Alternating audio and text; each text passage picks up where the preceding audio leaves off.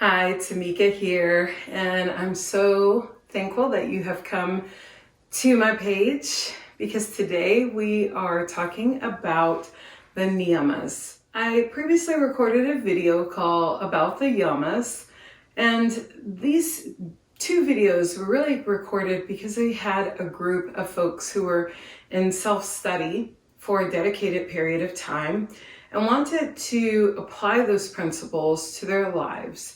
You may not be in that group, but this is still really useful information that relates to yoga in a bigger context. So the yamas and the niyamas are the first two rungs of the yoga ladder, if you will, at least in the tradition that I practice. There are 8 limbs of yoga, and the first limb is the limb of the yamas, or the ethical practices. And then the second limb is the niyamas, or the observances. I like to think of the first limb as the way that we interact with others, and the second as the way that we govern ourselves.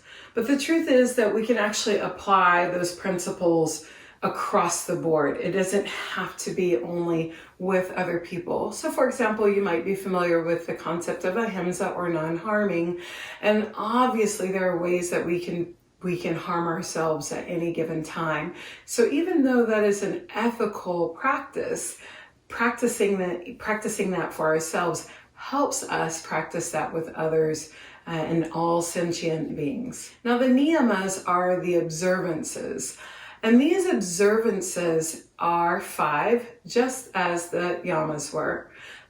They are saucha, or purity, santosha, contentment, tapas, discipline, swadhyaya, self-study, and ishvara pranidhana, surrender. Now, when we're just looking at these concepts, they sound pretty easy maybe. But when we're actually looking at these concepts, we're looking at applying these to our entire lives. So saucha, or purity, or cleanliness, is not just related to the physical body, although we do want to step into a space of yoga clean and ready to practice. There's an austerity to the practice that compels us to show up in a particular way. That said, it's also about cleanliness that is going to go beyond the physical body. What are you bringing into your spirit? What are you bringing into your emotional space? It's not just about physicality, especially if we begin to understand that we are a multi-layered self that is a physical body, is an energetic body, a thinking body, a discerning body, a wisdom body. You know, we have all of these layers to us. And to that end, we're practicing saucha as it relates to each of those layers, not just the physical body. So consider this if you're going to study this, what am I bringing into my body that is unclean, or that dirties up my mind? And I'm not talking about in some dogmatic way. I'm literally talking about the things that do harm and create harm, or that dirty your perspective so that you see the world through a lens that is not clean. This could be watching too much news, spending too much time on social media. It could be being with folks who are harmful to your state of mind. And so are you practicing mental hygiene? Are you practicing intermittent tech fasting? Are you spending time with things that edify you? Because this concept of hygiene really has to do with what we allow in our systems. And that becomes something that will inform the way that we see the world. So consider that for your saucha practice. And if you'd like, you can also begin your practice with the concept that I like to call working from the outside in, which is actually doing a big cleansing of your physical space clean your home, move the furniture, clean everything, sage the entire house, Palo Santo your house after that. Invite what you want to bring in and let go of anything that might be hanging around energetically.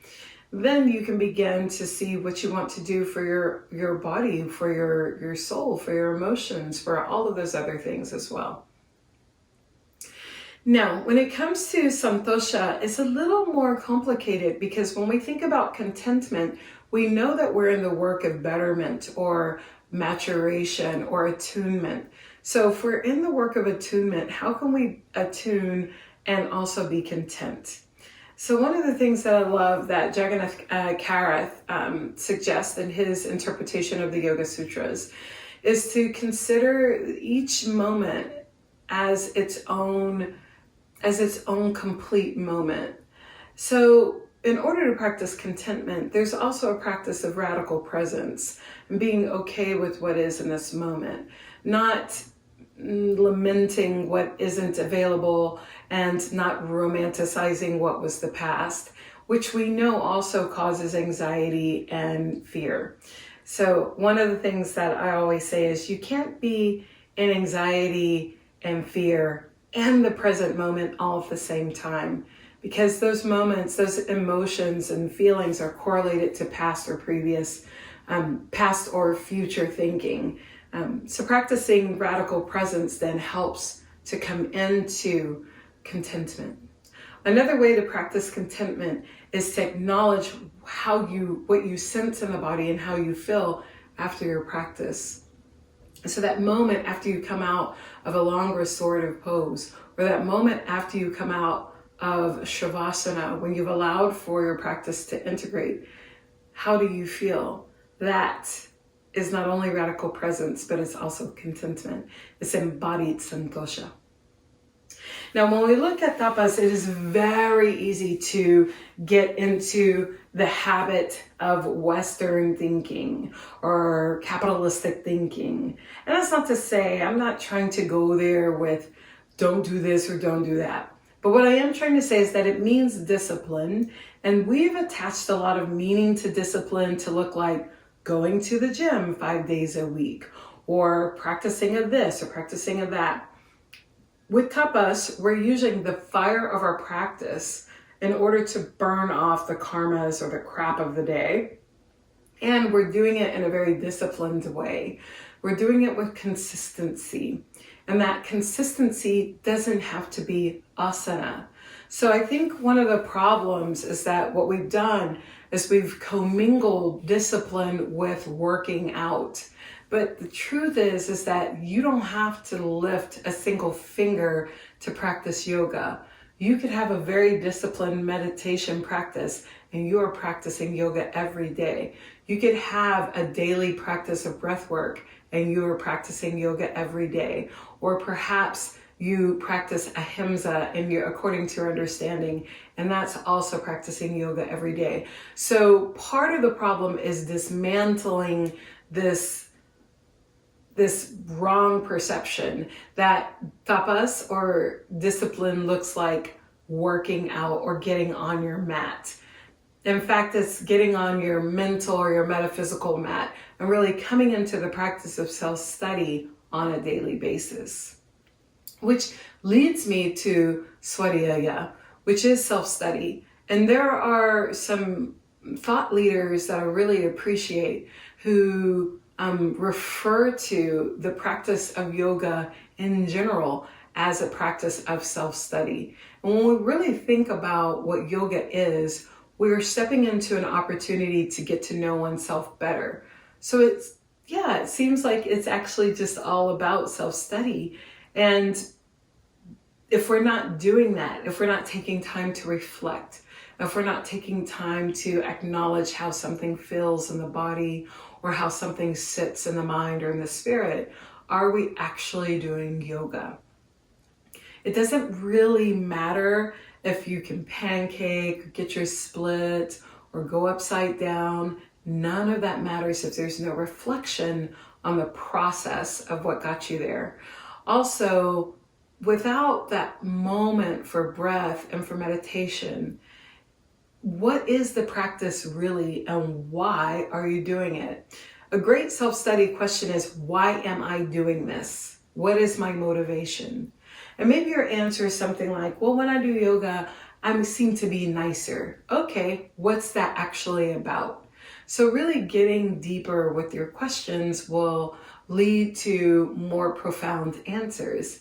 And so self-study then becomes a conduit to a knowing and an attunement of this inner self that is at the core of everything that we're doing. Finally, we have Ishvara Pranidhana, which is surrender. And according to the Yoga Sutras, this is really a surrender to God. It is a surrender to something bigger. There's no getting around it. There's no sugarcoating it. There's no kind of, well, it's surrender to peace. It's not. It's surrender to something that's bigger than you. And, you know, taking yoga out of its context is acting as though it's surrender to inner peace. It really is not. It is surrender to God.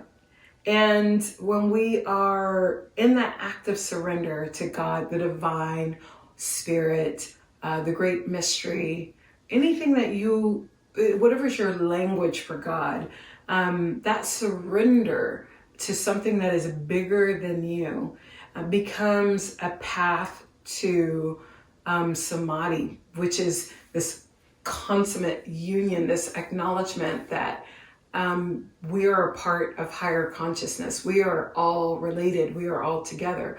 Once we realize that we are just one part of higher consciousness, we're one part of something bigger, that we're part of the human family, we're part of the earth family, creation family, then we no longer look at each other as adversaries or I want this, you get that, because we realize that when we hurt one another, we're actually hurting ourselves. We also are no longer concerned with, I had this idea and you stole it, or you have more than me than I have, because we understand that we're all, every single gift that we have isn't ours. They're all gifts from something bigger than us, and they're all for the use of something bigger than us as well. And so that is why all of these great ideas, at least in my understanding, end up coming to multiple people, because it's coming from something bigger, and something bigger doesn't just belong to one person or group. So consider in your practice, where am I holding on, or where am I forcing control? Where am I thinking that I am in ownership of something or in control over something?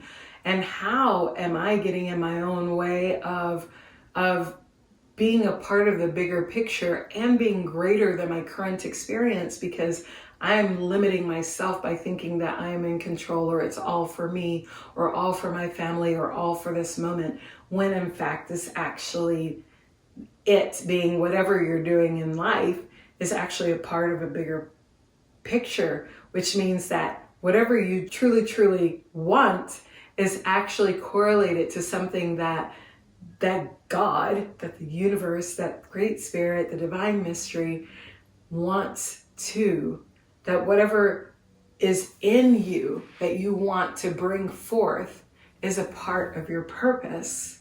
And there is corroboration with that, with something bigger than you. You're not doing it all yourself, and you're not doing it all for yourself. Food for thought. Let me know what you're thinking and how you feel about this analysis of the Niyamas, and also how you plan to put these practices or these observances into practice. Are you willing to commit to 30 days of applying these principles, or maybe even just a day? What does it look like to practice surrender for an entire day? All right, that's it for me, and I look forward to talking more with you about what is next. I don't know what's next. Let's just be in the radical presence. Bye-bye now.